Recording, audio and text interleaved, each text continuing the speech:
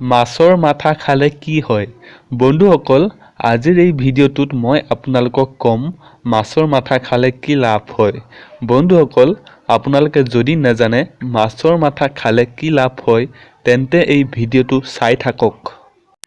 আমাৰ দৰেই বহুত মানুহে মাছৰ মাথা খায়, কিন্তু তেওঁলোকে নাজানে যে মাছৰ মাথা খালে কি লাভ হয়। মাছৰ মাথা খালে কি লাভ হয়? আজিৰ এই ভিডিঅ'টোত মাছৰ মাথা খালে কি লাভ হয় সেইবোৰৰ বিষয়ে ক'ম। নম্বৰ 1 লাভটো হৈছে পাহৰা বেমাৰ। যদি আপুনি কোনো মানুহৰ কোৱা কথা পাহৰি থাকে বা কোনো কাম কৰিবলৈ পাহৰি থাকে, তেন্তে আপুনি মাছৰ মাথা খাব পাৰে। কিয়নো মাছৰ মাথাত ওমেগা-3 মাত্ৰা থাকে, য'ত আমাৰ পাহৰা বেমাৰ নাইকিয়া কৰে। আৰু মাছৰ মাথা আপুনি সপ্তাহত 3 বাৰটো খাবই লাগে।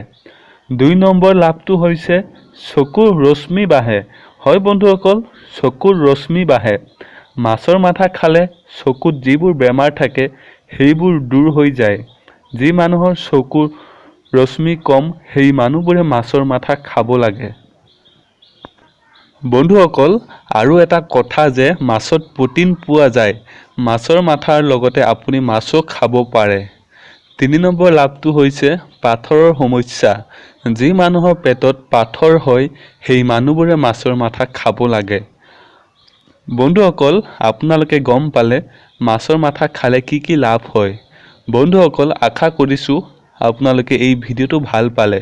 যদি আপোনালোকে এই ভিডিঅ'টো ভাল পালে, তেনেহ'লে এটা লাইক কৰি দিব আৰু শ্বেয়াৰ কৰি দিব আপোনালোকৰ বন্ধুবৰ্গৰ লগত আৰু কমেণ্ট কৰি জনাব। আৰু এটা কথা, যদি আপোনালোকে নতুন চেনেলটো ছাবস্ক্ৰাইব কৰি দিব আৰু তাৰ লগতে থকা বেল আইকনটো দবাই দিব। ধন্যবাদ।